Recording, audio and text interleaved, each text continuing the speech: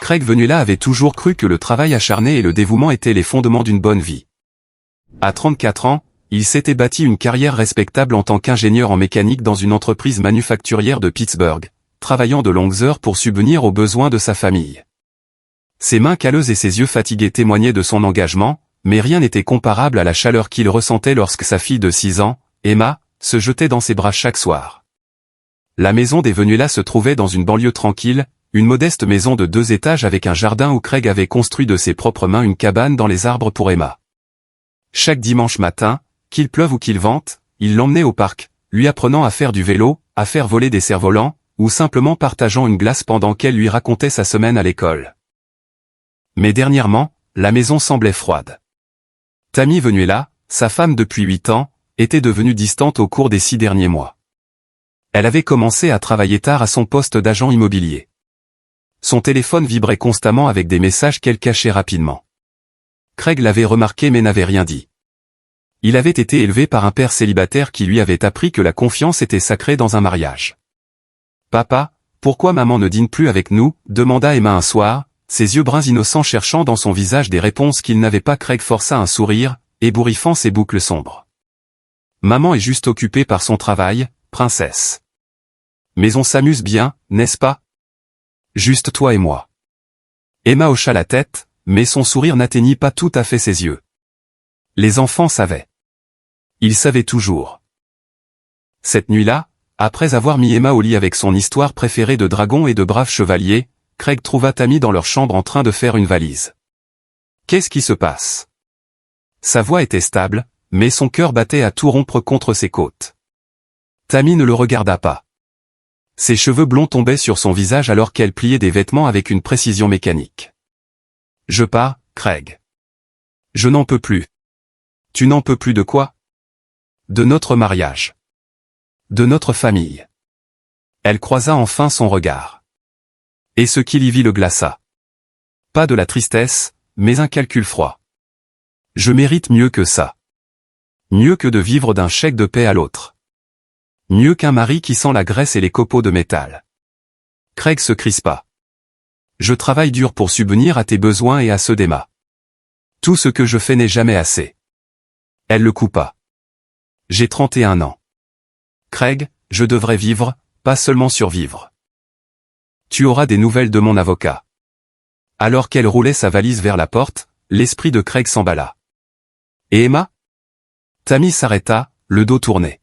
« Je vais me battre pour la garde exclusive. Une fille a besoin de sa mère. » La porte se referma derrière elle avec une finalité qui résonna dans la maison vide. Craig resta figé dans le couloir pendant plusieurs minutes avant que son instinct de survie ne prenne le dessus. Il sortit son téléphone et appela la seule personne en qui il avait confiance. Jessie Castaneda, son meilleur ami depuis l'université. « Elle le fait vraiment ?» dit Craig quand Jessie répondit, sa voix creuse. « Je serai là dans 20 minutes. Ne fais rien de stupide. » Craig se dirigea vers la chambre d'Emma et regarda sa fille dormir, sa petite poitrine se soulevant et s'abaissant paisiblement. La veilleuse violette projetait des ombres douces sur son visage. Elle lui ressemblait tellement. Le même menton têtu, la même façon dont son nez se plissait même dans son sommeil. Il fit une promesse silencieuse à ce moment-là. Quoi qu'il arrive, il ne laisserait pas Tammy lui enlever sa fille. 3 semaines après le départ de Tammy, les papiers arrivèrent. Craig s'y attendait, mais lire les mots sur les documents juridiques lui fit l'effet d'avaler du verre pilé. La requérante allègue que l'intimé est émotionnellement instable, financièrement irresponsable, et représente un danger potentiel pour l'enfant mineur en raison de problèmes de gestion de la colère et d'un possible abus de substances. « C'est de la foutaise, » dit Craig, claquant les papiers sur le bureau de Jeffrey Neal. L'avocat, un homme d'une 50aine d'années aux yeux vifs et aux cheveux argentés, étudia les documents avec un calme professionnel. « Il lance toutes les accusations possibles pour voir ce qui va tenir, » dit Jeffrey. C'est une tactique courante. L'accusation d'abus de substance. Y a-t-il une part de vérité là-dedans? Je bois une bière le vendredi, peut-être 2. C'est tout. Problème de gestion de la colère.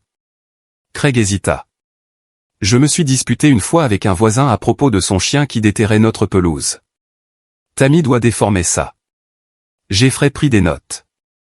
Et financièrement irresponsable? Je gagne bien ma vie.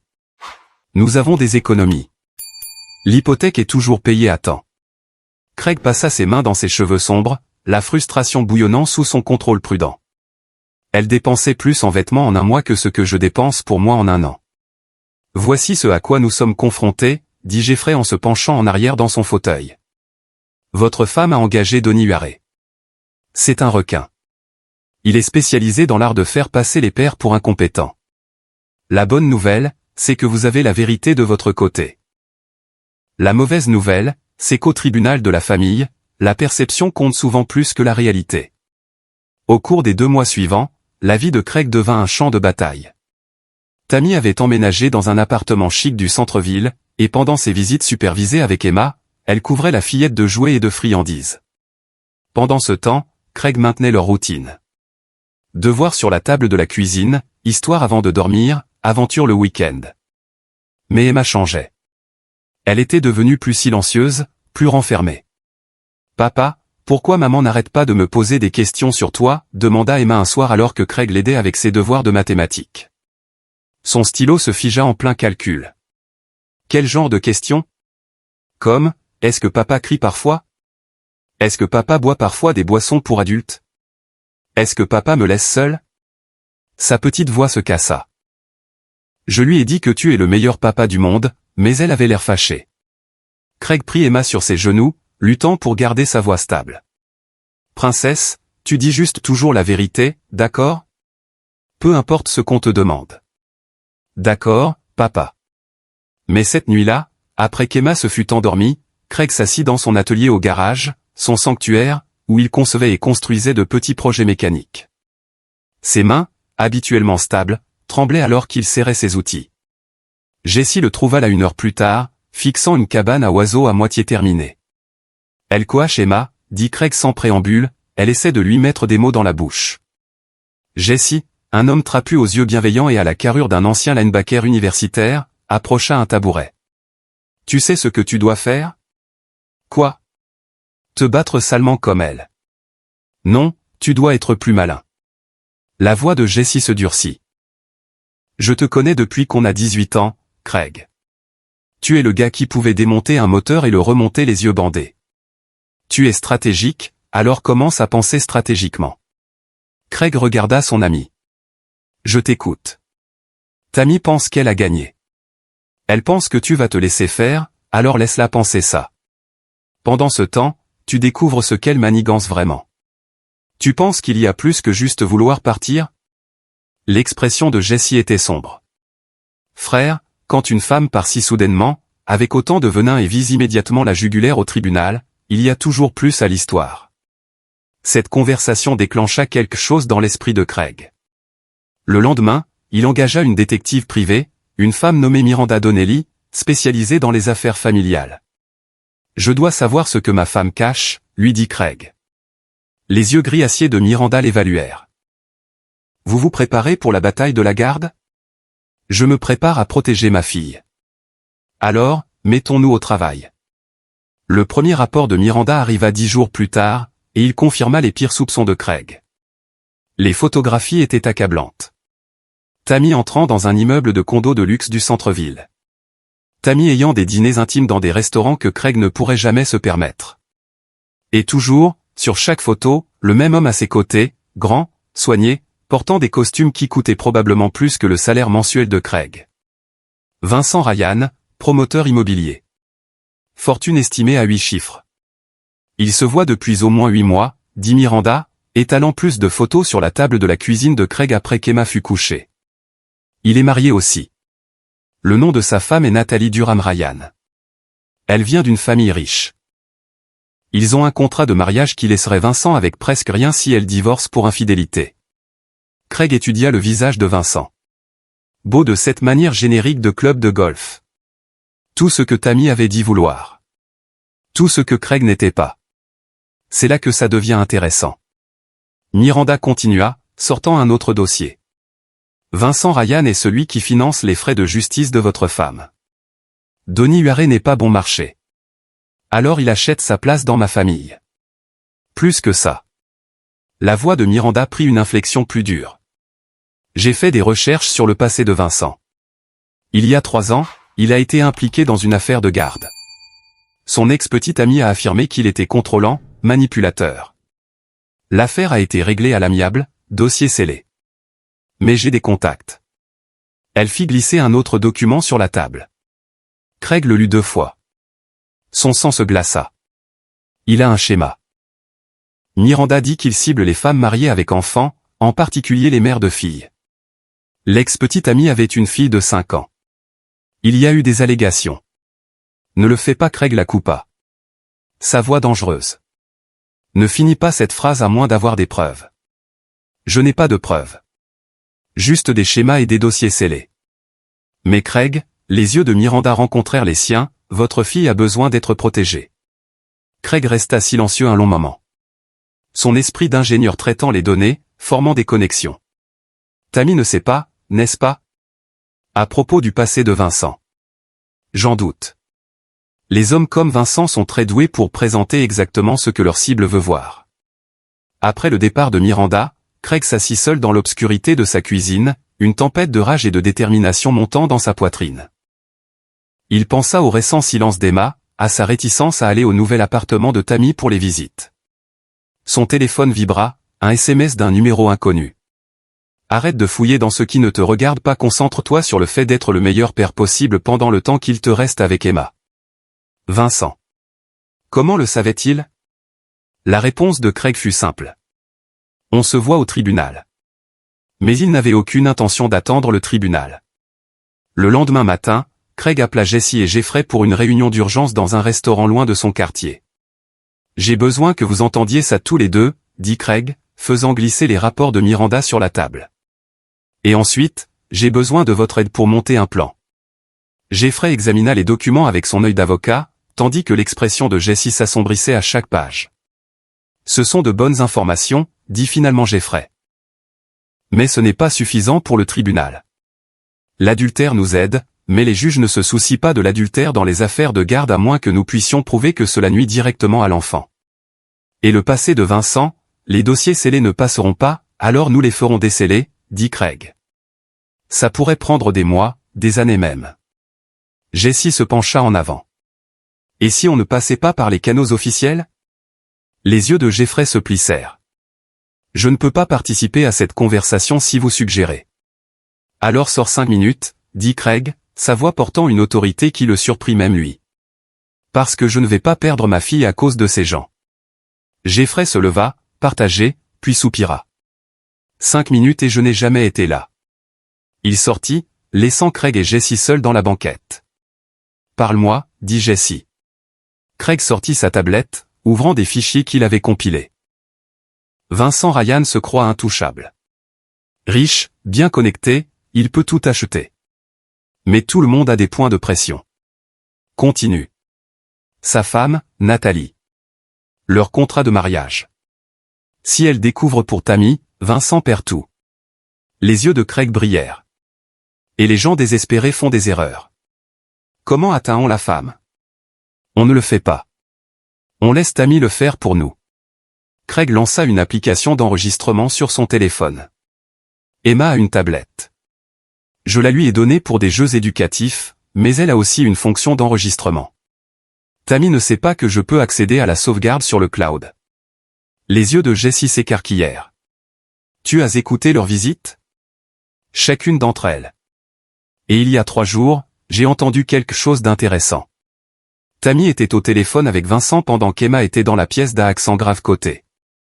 Elle le poussait à quitter Nathalie, lui disant qu'il pourrait être une famille. Elle, lui, et Emma. La réponse de Vincent. Craig joua l'audio. La voix de Vincent était douce, condescendante. Bébé, on en a déjà parlé. Quand le moment sera venu. D'abord, nous devons obtenir la garde. Ensuite, je m'occuperai de Nathalie.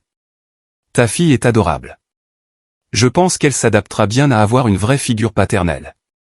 Les poils sur le cou de Jessie se hérissèrent. Ce fils de... Il y a plus. Craig avança rapidement. La petite voix d'Emma se fit entendre. Parlant à Tammy. Je n'aime pas Monsieur Vincent, maman. Il me regarde bizarrement. La réponse de Tammy fut dédaigneuse.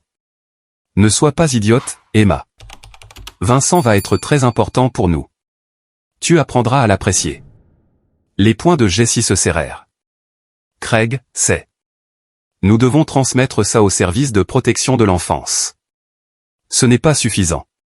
Pas encore. Il me regarde bizarrement, n'est pas une preuve. C'est le sentiment d'un enfant, mais ça me dit tout ce que j'ai besoin de savoir. La voix de Craig était d'acier froid. Vincent Ryan veut ma fille dans sa vie. Et Tammy est tellement aveuglée par l'argent et le statut qu'elle est prête à livrer Emma à un prédateur. Alors, quel est le plan? Craig se pencha en arrière, son expression se durcissant en quelque chose que Jessie n'avait jamais vu auparavant. Une détermination calculatrice qui transforma son ami d'un ingénieur fatigué en quelque chose de plus dangereux. Nous allons donner à Tammy et Vincent exactement ce qu'ils pensent vouloir, dit Craig. Et ensuite, nous allons réduire leur monde en cendres. Le palais de justice de la famille était un bâtiment institutionnel gris qui sentait la cire et les rêves brisés. Craig était assis à côté de Jeffrey dans la salle d'audience, observant Tammy de l'autre côté de l'allée avec son avocat coûteux, Donny Huaré. Elle portait une robe conservatrice, des perles, son maquillage parfait, l'image d'une mère inquiète. Vincent n'était pas dans la salle d'audience. Trop malin pour ça. Le juge Harry Kruger, un homme sévère d'une 60aine d'années avec une réputation de ne pas badiner, appela le tribunal à l'ordre. Il s'agit d'une audience préliminaire concernant les arrangements de garde provisoire pour l'enfant mineur Emma Venuela. Il annonça que Madame Tammy Venuela demande la garde physique principale avec un droit de visite supervisé pour le père, Monsieur Craig Venuela. Donny Huaré se leva, son éloquence légendaire prête à opérer. Votre honneur, ma cliente a de graves inquiétudes quant à l'aptitude de Monsieur Venuela en tant que parent. Nous avons documenté des cas de son tempérament instable, un comportement préoccupant autour de l'enfant, et un horaire de travail instable qui laisse Emma sans surveillance pendant des heures. La mâchoire de Craig se serra, mais Jeffrey posa une main apaisante sur son bras. Monsieur Venuela travaille comme ingénieur en mécanique avec un revenu stable et des horaires constants. Jeffrey répliqua quand ce fut son tour. Il a été le principal gardien d'Emma depuis la séparation, maintenant sa routine, s'occupant de sa scolarité, et fournissant un environnement familial stable. L'audience se poursuivit ainsi pendant 1 heure. Tammy témoigna, les larmes montant parfaitement sur commande alors qu'elle décrivait ses craintes pour le bien-être d'Emma.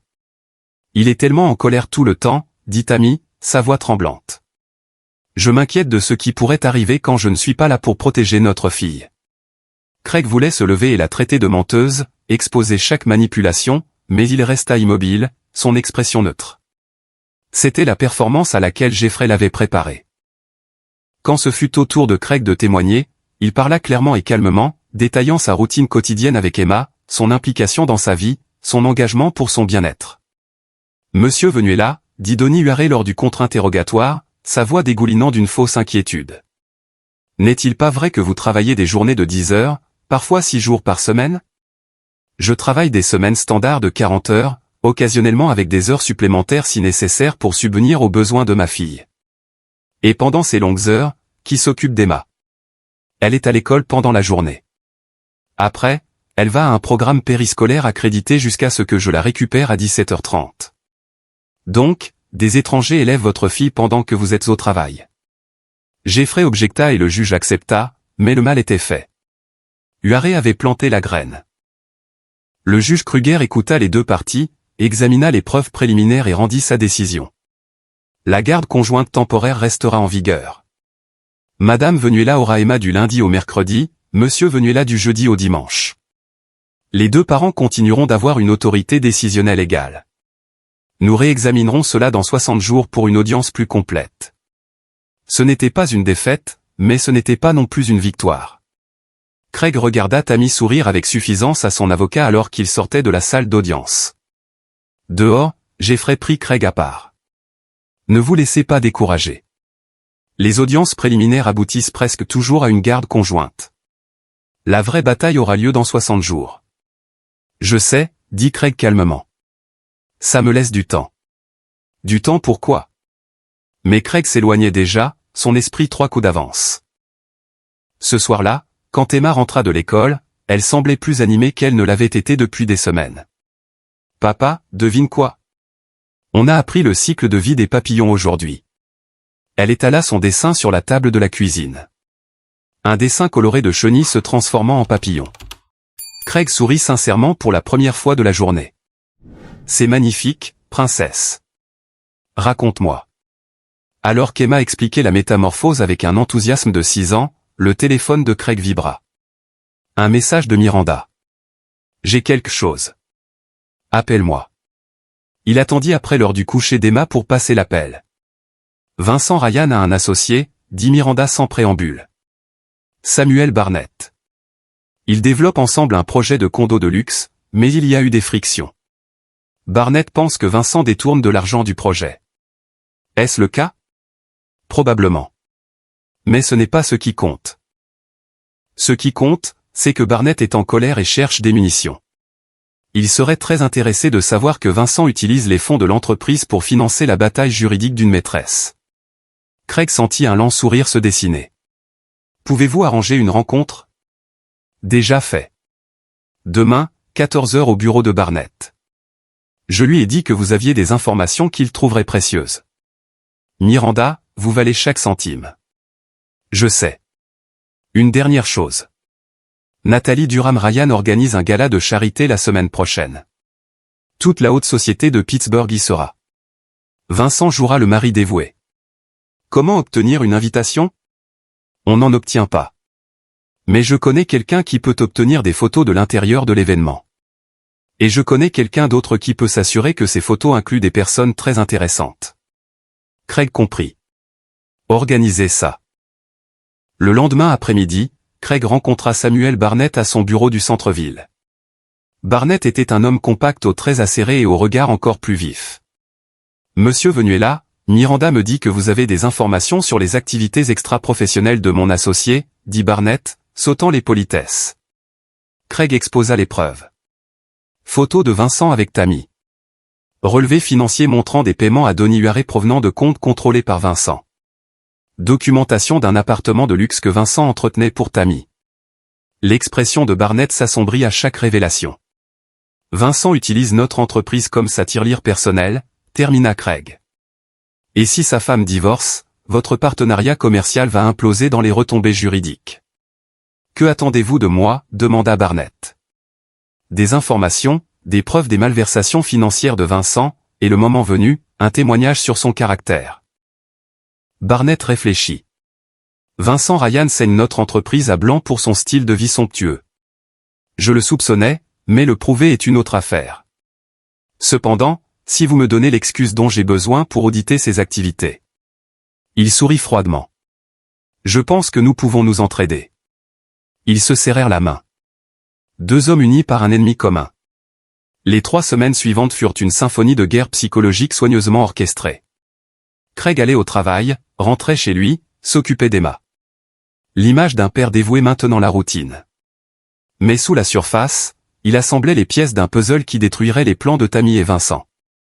La surveillance de Miranda avait capturé Vincent et Tammy à plusieurs endroits. Plus important encore, elle avait enregistré des conversations. Vincent rassurant Tammy qu'une fois la garde obtenue, ils formeraient une grande famille heureuse. Tammy discutant de la façon dont elle limiterait les visites de Craig au strict minimum. Vincent mentionnant ses relations au tribunal de la famille qui pourraient accélérer les choses. Mais Craig avait besoin de plus. Il avait besoin du témoignage d'Emma, et il fallait qu'il soit authentique, puissant et dévastateur. Un soir, pendant son temps de garde, Craig s'assit avec Emma dans le salon. Elle était plus silencieuse que d'habitude, poussant sa nourriture dans son assiette. « Princesse, ça va ?» demanda-t-il doucement. Emma leva les yeux, ses yeux bruns troublés. « Papa, est-ce que je suis obligé d'aller chez maman demain ?» Le cœur de Craig se serra. « Qu'est-ce qui ne va pas, chérie ?» Monsieur Vincent est beaucoup là maintenant. Il essaie d'être gentil, mais, elle s'interrompit, ses petites mains tripotant sa serviette. « Mais quoi, Emma ? Tu peux tout me dire. » Il dit des choses qui me mettent mal à l'aise, comme m'appeler sa petite princesse et vouloir me border le soir. Maman dit que je devrais être reconnaissante qu'il va être mon nouveau papa, mais je ne veux pas de nouveau papa. Je tais-toi. Craig prit Emma dans ses bras, la fureur et une rage protectrice guerroyant en lui. Écoute-moi. Tu es ma fille et rien ne changera ça. J'ai besoin que tu sois courageuse pour moi. D'accord. Peux-tu le faire? Qu'est-ce que je dois faire? Juste dire la vérité. Le moment venu, dire la vérité surtout. Peux-tu le faire? Emma hocha la tête contre sa poitrine. Cette nuit-là, Craig prit une décision qui franchissait plusieurs lignes éthiques et juridiques. Il rendit à Emma sa tablette avec un nouveau jeu installé, un jeu qui enregistrerait la vidéo et l'audio chaque fois que certains mots-clés seraient mentionnés. C'était intrusif, peut-être illégal, mais il ne se souciait plus des règles. La sécurité de sa fille primait surtout. C'est une application spéciale, princesse, lui dit-il.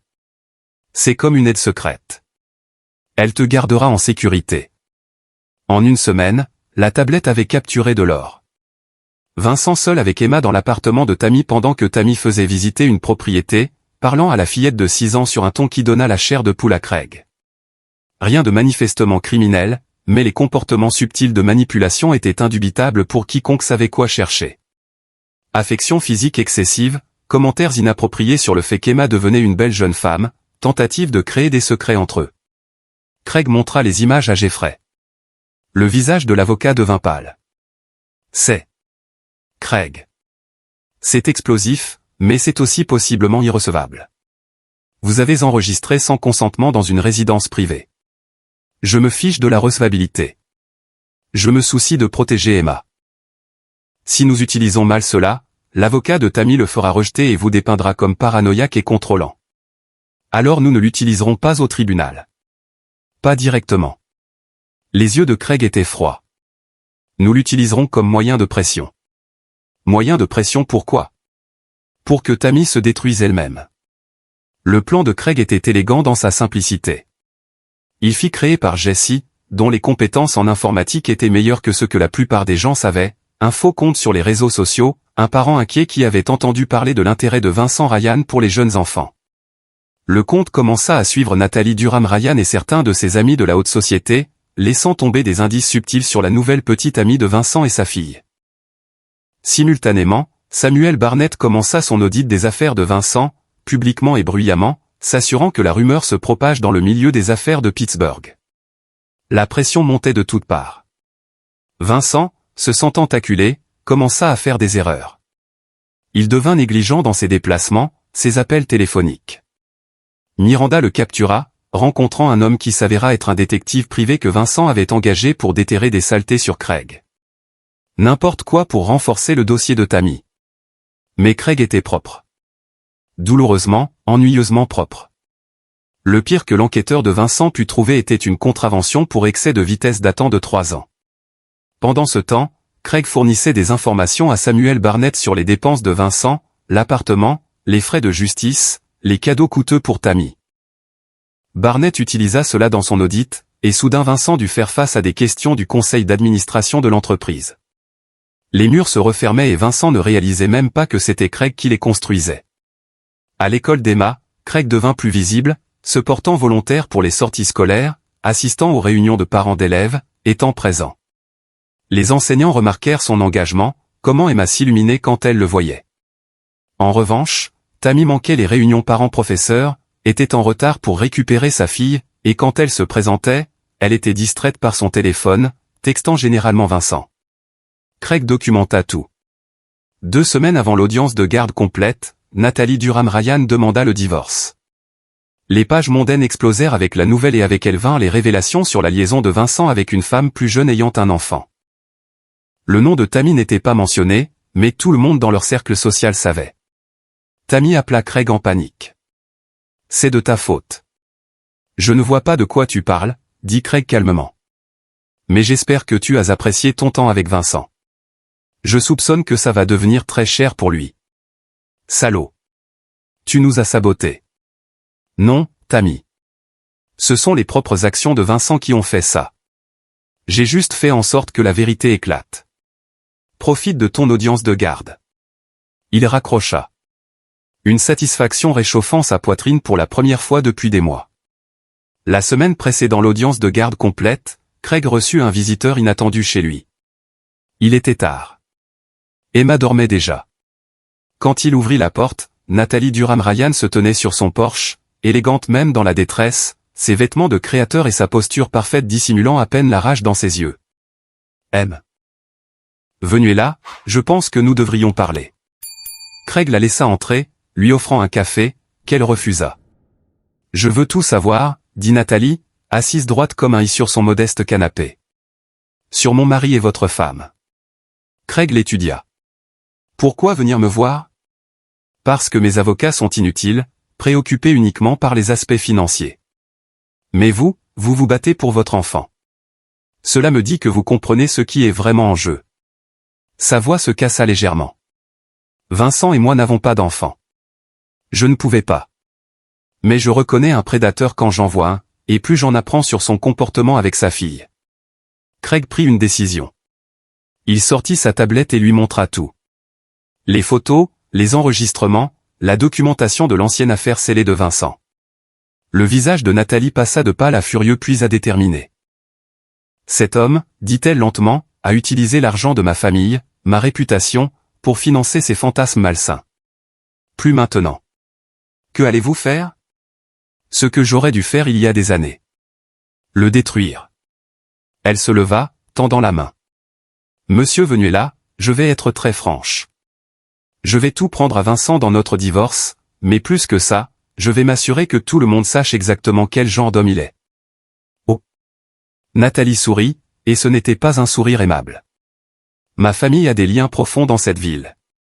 Le conseil d'administration de l'université, les conseils des hôpitaux, les organisations caritatives. Quand j'en aurai fini, Vincent ne pourra plus montrer son visage à Pittsburgh. Et s'il a utilisé les fonds de l'entreprise comme vous le suggérez, eh bien, je connais plusieurs procureurs qui doivent des faveurs à ma famille. Après le départ de Nathalie, Craig sentit les premiers frémissements d'espoir. L'ennemi de son ennemi s'avérait en effet être un allié précieux. Le lendemain, Tammy se présenta à la porte de Craig sans prévenir pendant son temps de garde. « Il faut qu'on parle », exigea TL, le poussant pour entrer dans la maison. Emma étant en train de faire ses devoirs, dit froidement Craig. Baisse la voix. La façade soigneusement entretenue de Tammy se fissurait. Son maquillage ne pouvait cacher le stress, les nuits blanches. Vincent me quitte. Il me coupe les vivres. Il dit que je suis un trop grand passif maintenant que sa femme est au courant. C'est ce qui arrive quand on s'associe à un lâche. C'est de ta faute. Tu as monté sa femme contre lui.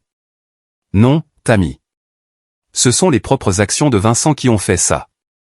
J'ai juste fait en sorte que la vérité éclate au grand jour. Elle pointa un doigt vers lui, sa voix s'élevant. Tu te crois si malin, si vertueux. Mais je vais quand même gagner la garde. Je suis toujours la mère d'Emma. Tu es une étrangère qui joue à la mère, dit Craig, sa voix mortellement calme. Tu as choisi l'argent plutôt que ta fille. Tu as fait entrer un prédateur dans sa vie. Tu l'as coaché pour qu'elle mente sur moi. Et tu penses qu'un juge ne verra pas clair dans ton jeu? Je n'ai jamais. Emma va bien. Vincent ne lui a jamais fait de mal. Seulement parce que je ne lui en ai pas donné l'occasion.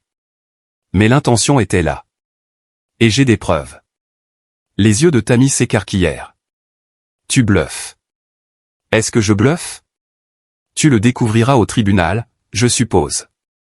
Craig se dirigea vers la porte. L'ouvrant. Sors de ma maison.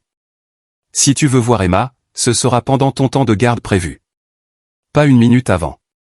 Tammy partit, mais pas avant que Craig ne voie quelque chose de dangereux dans ses yeux. Le désespoir. Il appela Miranda immédiatement. J'ai besoin que tu augmentes la surveillance sur Tammy. Elle part en vrille et les gens désespérés font des choses stupides. La prédiction de Miranda s'avéra exacte 3 jours plus tard lorsque Tammy tenta de récupérer Emma à l'école en dehors de son temps de garde. L'école, que Craig avait prévenu de problèmes potentiels, refusa de laisser partir Emma et l'appela immédiatement. Craig arriva pour trouver Tammy en train de se disputer avec la directrice, son sang-froid complètement brisé. C'est ma fille. J'ai le droit de la voir. Vous avez des temps de garde prévus, dit calmement la directrice, une femme ferme nommée Opaos. Ce n'en est pas un. Je vais devoir vous demander de quitter l'enceinte de l'école ou j'appellerai la police. Les yeux de Tammy trouvèrent Craig. C'est ce que tu m'as fait. Tu as tourné tout le monde contre moi. Tu t'es fait ça à toi-même, dit Craig. Puis, devant la directrice et la secrétaire de l'école, il ajouta, Emma m'a dit qu'elle était mal à l'aise pendant ses visites, que Vincent la mettait mal à l'aise. En tant que son père, j'ai le devoir de le signaler. C'était un risque calculé de rendre l'accusation publique. Mais Craig avait besoin de témoins de l'instabilité de Tammy. Tammy se jeta sur lui, mais la directrice s'interposa. Madame Venuela, partez maintenant ou j'appelle la police. Tammy s'enfuit et la directrice regarda Craig avec une nouvelle compréhension. Monsieur Venuela. Je pense que vous devriez documenter cet incident et peut-être devrions-nous discuter du bien-être d'Emma. Merci, dit Craig. J'apprécie votre préoccupation. Ce soir-là, Craig s'assit avec Emma à la table de la cuisine. Elle était silencieuse depuis l'incident de l'école, picorant son dîner. Princesse, je dois te dire quelque chose, dit Craig doucement. Le juge va bientôt vouloir te parler de l'endroit où tu veux vivre, avec qui tu te sens en sécurité. Les yeux d'Emma s'emplirent de larmes. Je ne veux pas blesser maman. Le cœur de Craig se brisa pour sa fille prise dans une guerre d'adultes. Chérie, le plus important est que tu sois en sécurité et heureuse. Parfois, la vérité blesse les gens, mais dire la vérité est toujours la bonne chose à faire. Est-ce que le juge m'écoutera? Oui. Les juges se soucient beaucoup de ce que les enfants veulent, surtout les enfants courageux qui disent la vérité. Papa, j'ai peur. Craig prit Emma dans ses bras comme il le faisait quand elle était petite. Je sais, princesse, mais je te promets que, quoi qu'il arrive, je me battrai toujours pour te garder en sécurité. Toujours. Cette nuit-là, après qu'Emma se fût endormie, Craig passa en revue ses préparatifs. Il avait la documentation de chaque instance de l'instabilité de Tammy, du comportement inapproprié de Vincent, de l'adultère, de la manipulation financière, des témoignages de moralité des enseignants et des voisins, et les propres déclarations enregistrées d'Emma sur le fait de se sentir en danger. Mais plus important encore, il avait la vidéo qu'Emma avait capturée par inadvertance sur sa tablette, la preuve irréfutable qui détruirait le dossier de Tammy. Jeffrey avait finalement accepté de l'utiliser, mais seulement en dernier recours. Le juge doit demander directement à Emma si elle a quelque chose à lui montrer. Si Emma propose la vidéo elle-même, alors c'est recevable comme son témoignage. Ils avaient soigneusement répété cela avec Emma, sans jamais la coacher sur ce qu'il fallait dire, seulement la préparant au cadre, aux questions, à l'importance de la vérité. 3 jours avant l'audience, Craig reçut une dernière bonne nouvelle de Samuel Barnett. Vincent Ryan avait été officiellement démis de ses fonctions dans leur entreprise et faisait face à une enquête pour détournement de fonds et fraude. Les pièces d'échecs étaient en place. Il ne restait plus que le coup final. La nuit précédant l'audience de garde complète, Craig ne put dormir. Il se tenait dans son atelier de garage, l'endroit où il avait toujours trouvé la paix, essayant de calmer la tempête dans son esprit. Jessie le trouva là à 2 heures du matin, travaillant sur une petite boîte à musique qu'il construisait pour Emma. « Tu devrais dormir, » dit Jessie en lui tendant une bière. « Je ne peux pas. Je repasse tous les scénarios. » Craig prit la bière mais ne but pas. « Et si le juge ne croit pas Emma? Et si Huaré trouve un moyen de tout déformer? Alors tu t'adaptes. C'est ce que tu fais, frère. Tu es le gars le plus intelligent que je connaisse. » Jessie s'assit sur un établi. « Tu te souviens de la première année, quand on avait ce prof d'ingénierie qui disait que tu n'y arriverais jamais? Il disait que tu n'avais pas l'aptitude naturelle. » Craig sourit légèrement. « Professeur Henderson. Tu sais ce que tu as fait? Tu n'as pas argumenté. Tu ne t'es pas plaint. Tu as juste travaillé plus dur que tout le monde. Tu as tout appris sur le bout des doigts et tu as fini avec la meilleure note de la classe. C'est qui tu es, Craig. Tu vois un problème, tu le résous. Ce n'est pas un problème à résoudre. C'est la vie de ma fille. Exactement. C'est pourquoi tu as déjà gagné. » La voix de Jessie était ferme.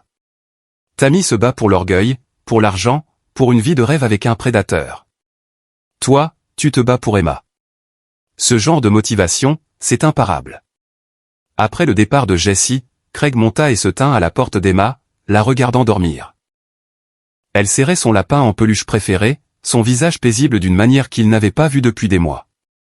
Demain changerait tout. Le lendemain matin, Craig enfila son plus beau costume. Pas cher, mais propre et repassé. Il aida Emma à mettre la robe qu'ils avaient choisie ensemble. Quelque chose de confortable, mais présentable. « Tu te souviens, princesse, dit-il, s'agenouillant à son niveau. Dis juste la vérité. Le juge est un homme gentil qui veut s'assurer que tu es heureuse et en sécurité. Est-ce que maman sera là? Oui, et son avocat, et mon avocat, monsieur Neal. Mais toi, concentre-toi simplement sur le fait de répondre honnêtement aux questions du juge. Emma hocha la tête, sa petite main serrant sa tablette. Je peux la porter? Ça m'aide à être courageuse.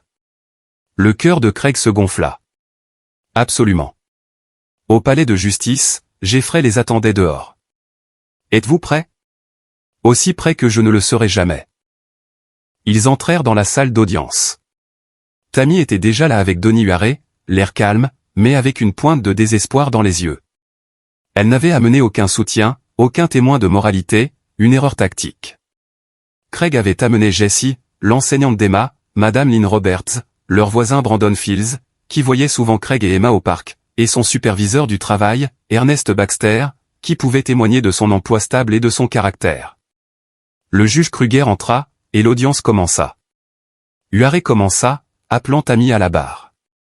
Elle se présenta comme une mère inquiète, racontant en larmes ses craintes concernant le tempérament de Craig, ses longues heures de travail, son incapacité à fournir la vie qu'Emma méritait. « Je veux juste que ma fille ait des opportunités, » dit Tammy en s'épongeant les yeux. « Quelle est de la stabilité, une mère qui peut être là pour elle. » Madame Venuela, dit Huaré. Pouvez-vous décrire le comportement de Monsieur Venuela pendant votre mariage? Il était toujours stressé par l'argent. Il rentrait à la maison en colère, claquait les portes. Une fois, il a donné un coup de poing dans un mur après une dispute. Elle regarda le juge. J'avais peur de ce qu'il pourrait faire si je restais. C'était une performance magistrale, et Craig sentit son estomac se nouer, mais Jeffrey l'avait préparé à cela. Pendant le contre-interrogatoire, Jeffrey fut chirurgical. Madame Venuela, vous avez mentionné que Monsieur Venuela a frappé un mur. Avez-vous ou Emma déjà été physiquement blessés? Eh bien, non, mais... Oui ou non, s'il vous plaît. Non. Vous avez mentionné ces longues heures de travail. Quelles sont vos heures de travail actuelles? Tammy hésita. Je travaille selon les besoins. L'immobilier est flexible. Selon vos déclarations de revenus, vous avez travaillé en moyenne 50 heures par semaine l'année dernière. Est-ce exact? Je suppose que oui. Vous avez travaillé plus d'heures que Monsieur Venuela. Pourtant, vous critiquez son horaire de travail. C'est différent. En quoi est-ce différent, Madame Venuela? L'interrogatoire se poursuivit, chaque réponse révélant des contradictions dans le récit de Tammy. Puis Jeffrey changea de tactique. Madame Venuela, êtes-vous actuellement en couple? Huaré objecta, mais le juge l'autorisa. Je vois quelqu'un. Oui. Vincent Ryan. Son visage pâlit. Oui. Depuis combien de temps voyez-vous Monsieur Ryan? Quelques mois. Selon les relevés téléphoniques et les témoignages, vous voyez Monsieur Ryan depuis environ 8 mois. Cela précéderait votre séparation de Monsieur Venuela de plusieurs mois. C'est exact. Le sang-froid de Tammy se brisa. Ce n'était pas comme ça. Avez-vous présenté Emma à Monsieur Ryan? Oui, mais seulement après. Est-ce que Monsieur Ryan a passé du temps seul avec Emma? Parfois, mais c'est innocent. Jeffrey sortit un document. Votre honneur, j'aimerais soumettre des preuves de l'affaire antérieure scellée de Monsieur Vincent Ryan impliquant des allégations de conduite inappropriée avec un enfant mineur. Huaré bondit sur ses pieds. Objection. Les dossiers scellés sont irrecevables. Je ne soumets pas les dossiers scellés, votre honneur. Je soumets l'existence d'une affaire en ce qui concerne le jugement de Madame Venuela en présentant Emma à cet individu. Le juge Kruger réfléchit. Je l'autorise pour le contexte. La révélation plana dans la salle d'audience comme une bombe. Tammy semblait frappée de stupeur. Madame Venuela, étiez-vous au courant de l'affaire passée de Monsieur Ryan? Non. Vincent a dit que c'était un malentendu. Mais vous n'avez pas vérifié cela avant de lui permettre un accès non supervisé à votre fille. Silence. Jeffrey laissa planer le silence, puis retourna à sa place. Ensuite, Craig témoigna. Il parla calmement de sa routine avec Emma, de son implication dans sa vie, de son engagement pour son bien-être. Il présenta des fiches de paie montrant un emploi stable, des relevés bancaires montrant des finances responsables, des témoignages d'enseignants et de voisins. Huaré essaya de le déstabiliser lors du contre-interrogatoire, mais Craig resta calme, retournant chaque accusation avec des faits. Monsieur Venuela, n'est-il pas vrai que vous avez engagé un détective privé pour espionner votre femme? J'ai engagé un enquêteur pour assurer la sécurité de ma fille après avoir remarqué des changements de comportement préoccupants. N'est-ce pas paranoïaque? Est-il paranoïaque de protéger son enfant d'un homme ayant des antécédents de conduite inappropriée avec des mineurs? Les témoins de moralité suivirent, chacun brossant le portrait de Craig comme un père dévoué, stable et présent. Puis vint le moment que tout le monde attendait. Le juge Kruger regarda Emma, qui était assise au premier rang, serrant sa tablette. « Emma, aimerais-tu venir me parler ?» demanda-t-il doucement. Emma regarda Craig, qui hocha la tête en signe d'encouragement. Elle se dirigea vers la barre des témoins, si petite qu'elle dut s'asseoir sur un rehausseur. « Bonjour, Emma. Je suis le juge Kruger. Je sais que c'est effrayant, mais je veux juste te poser quelques questions, d'accord? Dis simplement la vérité. » D'accord, dit Emma d'une petite voix. Avec qui vis-tu maintenant? Je vais d'un côté à l'autre. Certains jours avec maman, certains jours avec papa. Comment te sens-tu à ce sujet? Les yeux d'Emma se remplirent de larmes. Je n'aime plus aller chez maman. Pourquoi pas, ma chérie? Parce que monsieur Vincent est là et il me met mal à l'aise. Tammy se leva à moitié de son siège, mais Huaré la retint. Mal à l'aise comment? Demanda doucement le juge. Il essaie d'être gentil, mais ça ne semble pas juste. Il m'appelle princesse et veut me faire beaucoup de câlins. Maman dit que je devrais l'aimer, mais je ne l'aime pas. L'expression du juge Kruger s'assombrit. Est-ce que monsieur Vincent t'a déjà touché de manière inappropriée? Je ne sais pas ce que ça veut dire. Est-ce qu'il t'a touché d'une manière qui t'a mise mal à l'aise? Il me fait beaucoup de câlins et essaie de m'embrasser sur le front. Papa ne me fait des câlins que quand je veux des câlins. Je vois. Emma, si tu pouvais choisir, où voudrais-tu vivre? La voix d'Emma était claire. Avec papa. Je me sens toujours en sécurité avec papa. C'était le moment. Craig regarda sa fille, cette petite fille courageuse, et la vit prendre une profonde inspiration. Est-ce que je peux vous montrer quelque chose que maman ne sait pas? Demanda Emma au juge. La salle d'audience devint silencieuse. Le juge Kruger parut surpris. Que veux-tu dire, Emma? J'ai quelque chose sur ma tablette. Papa dit que je dois toujours dire la vérité, et j'ai enregistré la vérité. Jeffrey se leva. Votre honneur, l'enfant a des preuves qu'elle aimerait présenter. Huaré objecta. C'est très irrégulier.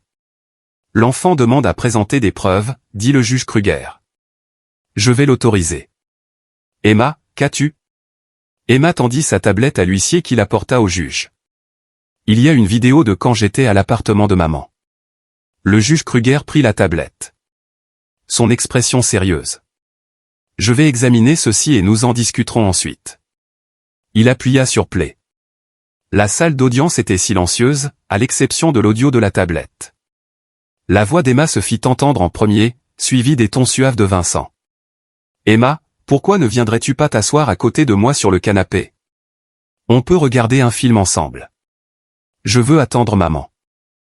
Ta maman me fait confiance pour m'occuper de toi. Ça veut dire qu'on devrait apprendre à mieux se connaître. Tu seras bientôt ma petite fille. J'ai déjà un papa. Craig ne sera plus beaucoup là. Ta maman et moi allons nous en assurer. Tu verras. Une fois que le juge aura décidé, tu vivras avec nous tout le temps. Et je t'apprendrai tellement de choses. La vidéo continua, montrant Vincent essayant d'inciter Emma à s'asseoir sur ses genoux. Emma refusant poliment mais fermement. La frustration de Vincent grandissant. Puis la voix de Tammy se fit entendre alors qu'elle entrait dans l'appartement. Vincent, je t'ai dit de m'attendre avant de passer du temps avec Emma. Détends-toi. On faisait juste connaissance. Elle a l'air mal à l'aise. Elle a 6 ans. Elle s'adaptera. De plus, après l'audience, Craig aura de la chance de la voir une fois par mois. Alors nous pourrons vraiment commencer notre vie ensemble. Et Nathalie? Nathalie est un problème qui est en cours de traitement. Mon avocat a trouvé une faille dans le contrat de mariage. Même si elle divorce, je m'en sortirai. Et une fois que la garde d'Emma sera réglée, nous aurons un moyen de pression sur Craig pour tout ce que nous voulons. Je veux juste que ce soit fini. Je veux que Craig sorte de nos vies. Il le sera. Fais-moi confiance. Le visage du juge Kruger était passé de sérieux à furieux. Il arrêta la vidéo et regarda Tammy, dont le visage avait perdu toute couleur. Madame Venuela, cette vidéo est-elle authentique? Je ne savais pas qu'elle enregistrait. Ce n'est pas ce que j'ai demandé. Cette conversation est-elle authentique? Tammy regarda Huaré, qui lui chuchotait frénétiquement à l'oreille. Finalement, elle murmura « oui ». Huaré se leva. « Votre honneur, je demande une suspension d'audience pour consulter ma cliente. » Demande refusée. « Asseyez-vous, monsieur Huaré. » La voix du juge était glaciale. « Emma, merci d'avoir été si courageuse. Tu peux aller t'asseoir avec ton papa maintenant. » Emma courut vers Craig, qui la serra fort, des larmes coulant sur son visage. Le juge Kruger continua, en 23 ans de carrière, je n'ai jamais vu un cas aussi flagrant de manipulation parentale et de manque de jugement. Madame Venuela, vous avez présenté votre fille à un homme ayant des antécédents de comportement préoccupants avec des mineurs. Vous lui avez permis un accès non supervisé à Emma malgré son malaise évident. Vous avez activement prévu de limiter l'accès de son père à elle, non pas pour son bien-être, mais pour votre propre convenance. Votre honneur, s'il vous plaît, commença Tammy, mais le juge leva la main. Je n'ai pas fini. Cette vidéo montre une conspiration pour manipuler une procédure de garde, une manipulation émotionnelle d'un enfant, et ce qui semble être le début d'un comportement de manipulation de la part de Monsieur Ryan. Où est Monsieur Ryan, d'ailleurs? Il n'est pas impliqué dans cette affaire, dit faiblement Huaré. Il est très impliqué. Huissier, je veux que Monsieur Vincent Ryan soit assigné à comparaître immédiatement. Je veux aussi que les services de protection de l'enfance soient informés de cette vidéo. Huaré se leva à nouveau. Votre honneur, ma cliente a été soumise à un stress énorme. Elle a fait de mauvais choix, mais son amour pour sa fille. Son amour. La voix du juge Kruger s'éleva. L'amour ne met pas un enfant en danger. L'amour ne priorise pas une relation amoureuse sur la sécurité d'un enfant.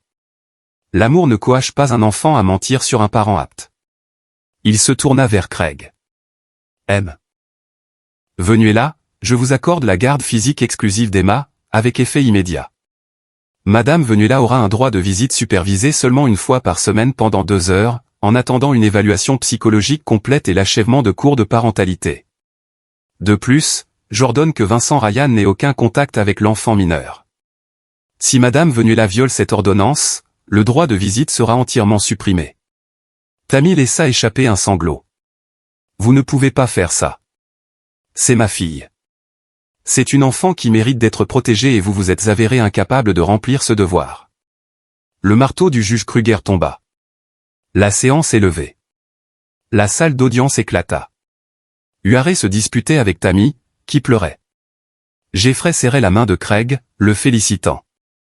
Mais Craig n'avait Dieu que pour Emma, qui s'accrochait à lui. Papa, j'ai bien fait? Tu as été parfaite, princesse. Si parfaite. En quittant la salle d'audience, Craig vit Tammy affalée sur sa chaise. Huaré rassemblant ses papiers avec un dégoût à peine dissimulé. Son avocat la regarda avec mépris. Je vous avais dit que ça se retournerait contre vous, siffla Huaré assez fort pour que Craig l'entende. Je me retire de cette affaire. Il sortit, laissant Tammy seule. Craig aurait dû ressentir du triomphe, mais il ne ressentait que de l'épuisement et du soulagement. Il avait gagné, mais le coup avait été énorme. Dehors, Jeffrey prit Craig à part. Vous l'avez fait, contre toute attente. Emma l'a fait, corrigea Craig. C'est elle qui a été courageuse. La vidéo. Comment saviez-vous qu'elle l'aurait? Craig sourit légèrement. Je lui ai donné la tablette. Je lui ai appris à enregistrer. Mais ce qu'elle a choisi d'enregistrer, ce qu'elle a choisi de montrer, c'était entièrement elle. Je ne lui ai jamais dit de faire cette vidéo. Elle savait juste qu'il fallait documenter la vérité. Jeffrey secoua la tête avec admiration. Vous êtes un génie stratégique. Je suis juste un père qui refusait de perdre sa fille. Alors qu'il se dirigeait vers la voiture, Emma entre eux, le téléphone de Craig vibra. Un message de Miranda. Vincent Ryan a été arrêté il y a 1 heure. Détournement de fonds, fraude, et maintenant ils enquêtent sur lui pour mise en danger d'enfant sur la base de la vidéo. Nathalie vous envoie ses amitiés. Craig sourit. Les dernières pièces tombaient en place. 3 mois plus tard, Craig se tenait dans son jardin, regardant Emma jouer dans la cabane qu'il avait construite. Les feuilles d'automne prenaient des teintes dorées et rouges, et l'air avait cette qualité fraîche qui promettait que l'hiver n'était pas loin. La vie était lentement revenue à la normale, ou plutôt, à une nouvelle normalité. Tammy assistait sporadiquement à ses visites supervisées. Les premières fois, elle essayait de parler à Emma de l'affaire judiciaire, de combien elle lui manquait, mais les réponses d'Emma étaient polies et distantes. Le lien avait été brisé et Craig n'était pas sûr qu'il guérirait un jour complètement. Vincent Ryan faisait face à de graves problèmes juridiques. Les accusations de détournement de fonds avaient tenu grâce à l'audit approfondi de Samuel Barnett et à la volonté de Nathalie de fournir des preuves. L'enquête sur son comportement avec Emma était en cours, et la nouvelle s'était répandue dans toute la haute société de Pittsburgh. Il était un paria. Son entreprise ruinée, sa réputation détruite.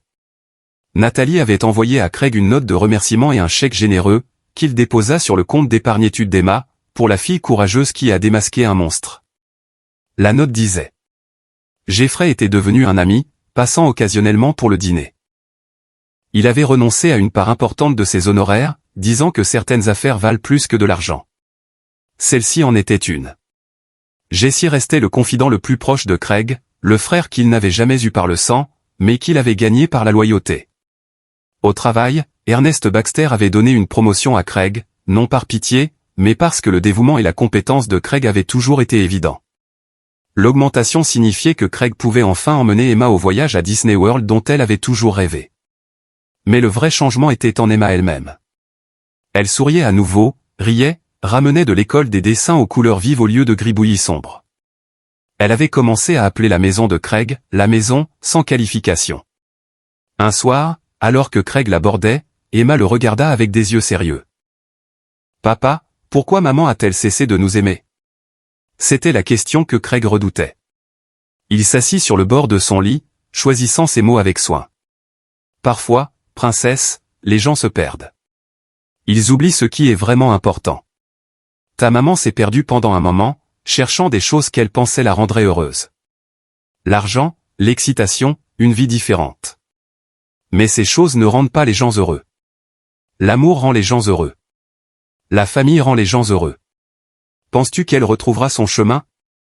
Craig pensa à Tammy, qui avait tout perdu. La confiance de sa fille, sa relation avec Vincent, sa réputation.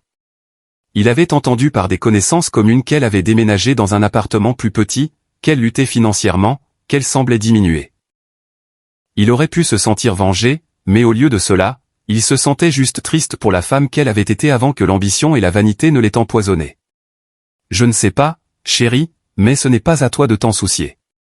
Ton travail est d'être une enfant, de jouer, d'apprendre, d'être heureuse. Je m'occuperai du reste. Te remarieras-tu un jour? Craig sourit. Peut-être un jour, si je rencontre quelqu'un qui t'aime autant que moi. D'accord, mais elle devra être gentille et faire de bonnes crêpes. Ce sont d'excellentes exigences. Après qu'Emma se fut endormie, Craig alla dans son atelier. Il finissait la boîte à musique pour elle. Une pièce complexe qui jouait sa berceuse préférée. Travailler de ses mains avait toujours calmé son esprit. Et ce soir, il avait besoin de cette paix. Son téléphone sonna. Numéro inconnu. Bonjour, monsieur Venuela. Une voix de femme, hésitante. C'est Patty Moyer. Je suis une avocate représentant votre ex-femme. La garde de Craig se leva immédiatement. Que puis-je faire pour vous? Madame Venuela aimerait discuter d'une éventuelle modification de l'arrangement de garde. Elle a terminé ses cours de parentalité et son évaluation psychologique. Elle demande un droit de visite non supervisé 2 week-ends par mois. Craig resta silencieux un long moment. Que veut Emma? Je suis désolé. Est-ce que quelqu'un a demandé à Emma ce qu'elle veut? Eh bien, non. Mais. Alors la réponse est non. Quand Tammy pourra prouver qu'elle a mis les besoins d'Emma avant les siens, quand Emma se sentira assez en sécurité pour demander plus de temps avec sa mère, alors nous parlerons. Jusque-là, l'ordonnance du tribunal reste en vigueur. Monsieur Venuela, vous devez sûrement voir qu'un peu de compassion. Madame Moyer, La compassion est ce qui m'empêche de chercher à mettre fin entièrement aux droits parentaux de Tammy. La compassion est ce qui permet à ces visites supervisées de continuer. Mais je ne compromettrai pas le bien-être de ma fille pour la commodité de quiconque. Bonne nuit. Il raccrocha, la main tremblant légèrement. La guerre était peut-être terminée, mais des batailles occasionnelles éclataient encore. Une semaine plus tard, Craig était au parc avec Emma, la poussant sur la balançoire, quand il remarqua une femme qui les observait depuis un banc voisin.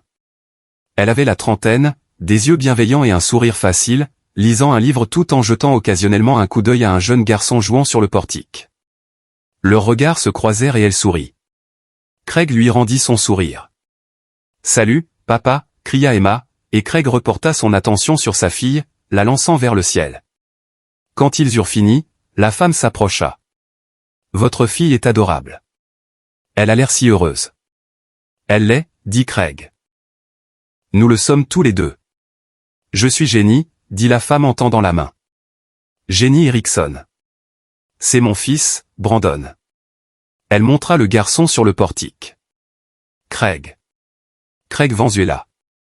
Enchanté de vous rencontrer. » Ils parlèrent quelques minutes. Une conversation facile sur la parentalité, le parc et le temps. Emma et Brandon commencèrent à jouer ensemble et Craig se sentit se détendre d'une manière qu'il n'avait pas connue depuis des années. « Peut-être qu'on vous reverra ici un de ces jours, » dit Jenny alors qu'il se préparait à partir.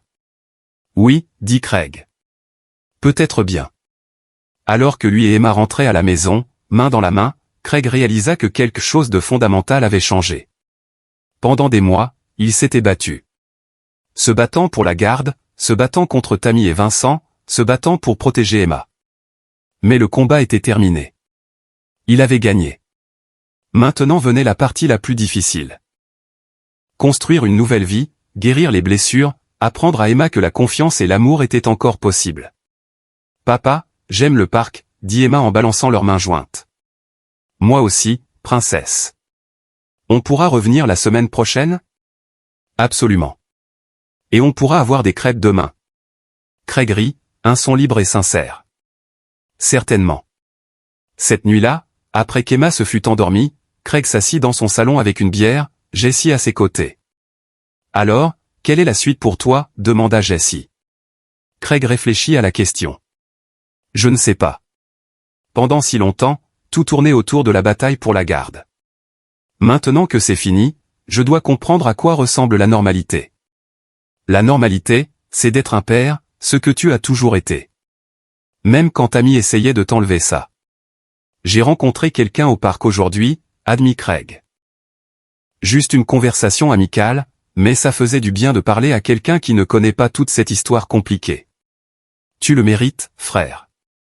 Tu mérites d'être heureux. Je suis heureux. J'ai Emma.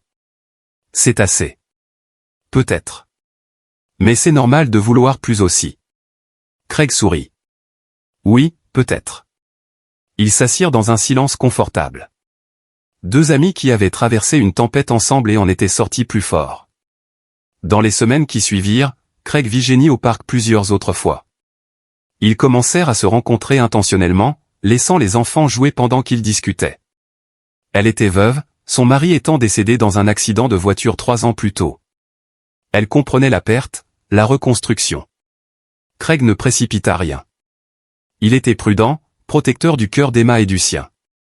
Mais lentement, doucement, il se permit de s'ouvrir à la possibilité de quelque chose de nouveau.